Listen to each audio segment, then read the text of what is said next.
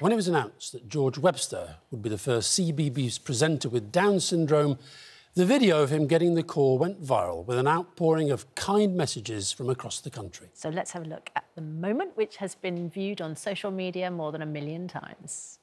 George joins us now. Very good morning, George. Alongside your dad, Rob. Well, what is it like to be famous? It feels brilliant, and it's been super positive all across the social media, and it's thank you, and very supportive. So thank you everyone for being really, really supportive and being really positive. Yeah, it's not just that you're happy about this, but you're making history. Yeah, you're a history maker. How does that feel? It feels amazing, and I'm feeling super proud as well. And it's it's a really fun opportunity. I'm loving it. I wonder, George, if I can just take a moment to read out some of the tweets in response to the news that you're going to be joining CBeebies. Susan tweeted, "My friend's 3-year-old granddaughter has Downs. They worry about her future, how others will treat her outside of the family and friendship group. This gives me faith that her life won't be as hard as that of previous generations." Amanda tweeted, "This is wonderful. What a presenter, full of energy. My sister, currently aged 40 and with Downs, would have loved this as a child. My boys in their teens would have loved this. The entire CBeebies audience will be happier because of you." And Karen said, "CBeebies, you have made a mum of a little boy just like George so excited. You are the best."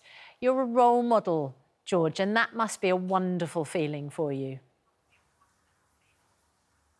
Thank you. Yeah, it does feel really, really good, and I'd like to say things like dream big and live your life, and hard work really pays off. I saw one thing you said, George, which really, really struck me. You said you never think of yourself as suffering from Down syndrome. You have Down syndrome. You live with Down syndrome. It's who and what you are, and that is how you view the world, and that is how you view your life, and you're going to take every opportunity that comes along. Yeah, it will be, yeah, because you have to take any opportunity, because it's always exciting, and you have to live your own life and not let people tell you to live a different life. Rob, George is a remarkable person, and just talking to him and seeing the reaction, it is clear he is breaking the mould, and that's actually a very important thing, isn't it, for those people who have Down syndrome and for their parents like you.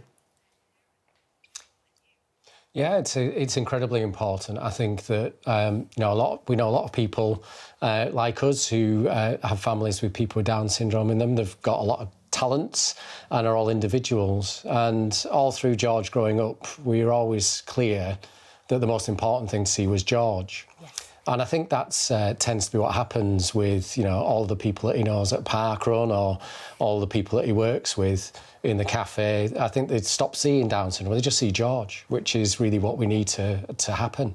Absolutely right. And you joining CBeebies, I'm sure, will go a huge, long way to that happening. George, what sort of what inspires you? What television programmes do you love? What are you a fan of? I used to love Something Special when I was a kid. So Justin, he helped me with my Magaton, because I used Magaton before I spoke with words. I grew up watching Doctor Who, so I love Doctor Who, and I could be the next Doctor, could be amazing. You want to be the next Doctor? Yeah. Yeah, why not? What about James Bond? They're looking for a new James Bond as well. Yeah. They are, yeah, they are. Both. I love that. And we just finished a new series on BBC called Vigil with Simon Jones. Yeah, that's a fantastic series. Now, it's funny you mentioned... It's funny you mentioned Doctor Who, George, because, of course, they had a groundbreaking moment, didn't they, when a woman became the Doctor. And funnily enough, we've got something from her. Have a look at this. George, my name is Jodie Whittaker, and I play the Doctor in Doctor Who. I'm currently in my TARDIS. Now, I have heard some very exciting news. Somebody told me that you're a Doctor Who fan, and I'm so chuffed. I think you are absolutely smashing CBeebies, and I'm so chuffed for you. I think you're doing a brilliant job. I just wanted to send you loads and loads of love and high five, and I hope one day we get to meet, mate. All right, take care, buddy. Bye-bye. Hey, and she's the northerner. He's brilliant. What do you think about that, George? Oh, I love it. I love that. Thank you so much. Love it. But she didn't actually extend the offer for you to be the next Doctor Who. I mean, she sort of stopped short there. We'll find her another word. Yeah. She's leaving soon, isn't she, George? Yeah. I've heard that she's leaving soon as well. That's good news then.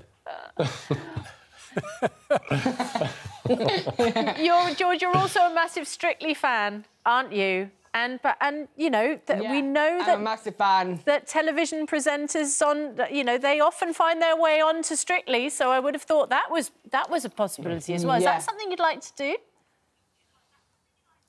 I'd love to do Strictly. I've watched it since it first started, and I'm a massive super fan.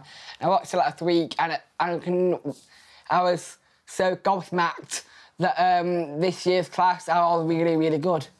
Who do you think's going to win it this? I know it's early. We're very early in the series, but who do you think is going to win, George?